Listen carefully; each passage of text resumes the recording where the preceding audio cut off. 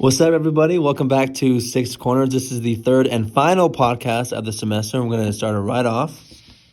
So our first key takeaway was actually from the podcast Campus Culture at UNLV, which was that having more of a campus culture actually helps improve students do better in class, have more participation, get better grades, and just overall be a little bit more social and participate in their classes, which I think is kind of interesting because I'm a little bit of an introvert. I've never really been involved in any kind of campus culture.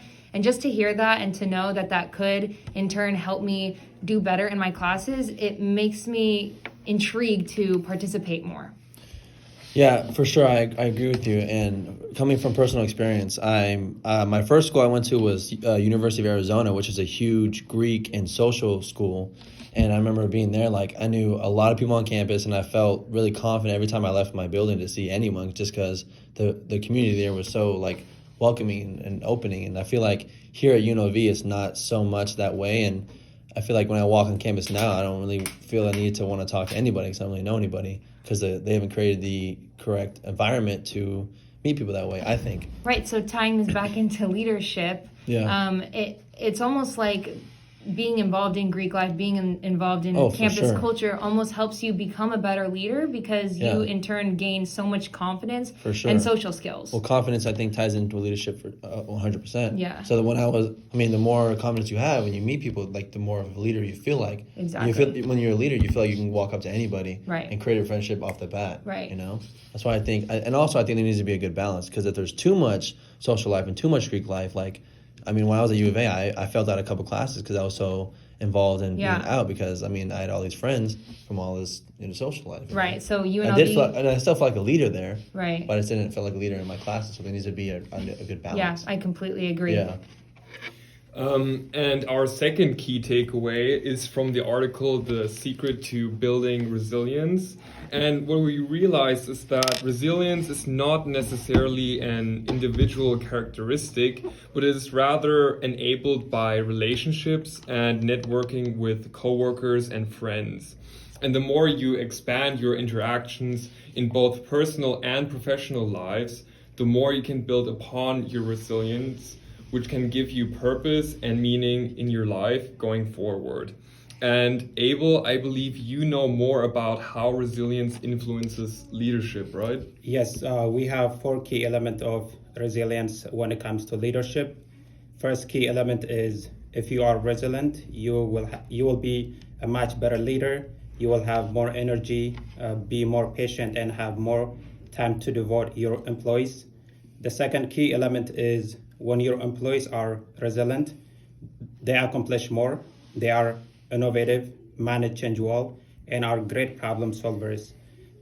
Also, they collaborate well with each other. The third key element is, building resilience is one of the best way to prepare for crisis. As we have seen from the coronavirus outbreak, it is difficult to predict when and how a crisis will head. Resilient leaders are much more adaptable, flexible, and capable in crisis.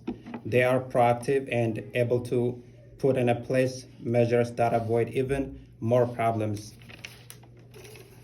Finally, if your team members are resilient, you are less likely to have performance management problems that occupy your time and energy. Since more resilient people have fewer performance and misconduct issues. And our key takeaway from week 13 came from the article Change or Die. And our key takeaway was that leaders should create an environment that encourages change through positive reinforcement and radical change.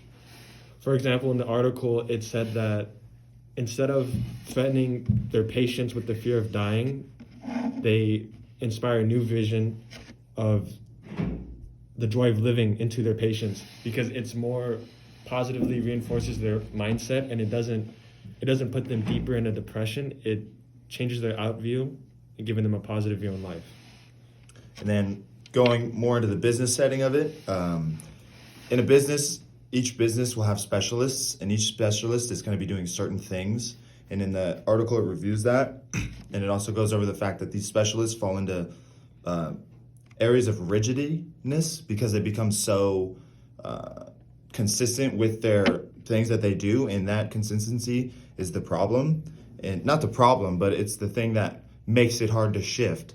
And so I can relate this back to an old football quote that I had when it's talking about you can be either two types of plants. You can be a house plant or you can be a field corn. The house plant can't change if put outside. Like, it has problems adapting. And the field corn can go through a blizzard, it can go through rain, it can go through all these wind and all that stuff. And it's better to be the field corn than the house plant. And so that type of like ability to adapt and shift is something that needs to be concrete, especially in the business setting and especially as a leader, because the leader is the pillar that indicates where we need to go. And if that pillar is not pointing in the right direction, then it's all for naught. Isn't change for leaders, they have to be big for it to be effective? Yeah. It can't be tiny. True. Okay. Sweet. Well, that's it for Six Corners. After this, we are done. Thanks again for tuning in. We'll see you never again. Adios.